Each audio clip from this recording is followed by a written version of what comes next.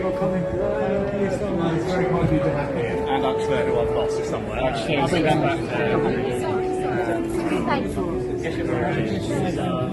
Resides here. Thank you.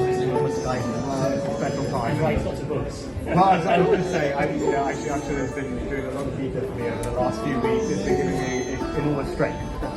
We just launched an initiative yesterday called Think Gita, and the idea is to show how some ancient wisdom being adjusted what people are going through in their daily life. Well, I can attest to that, certainly. So, thank you. Just have a few people.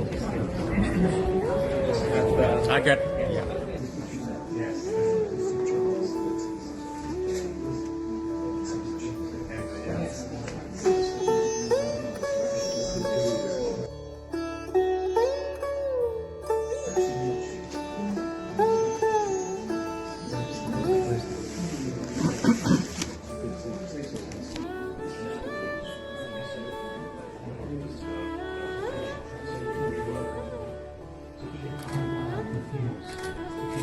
It actually comes into which one.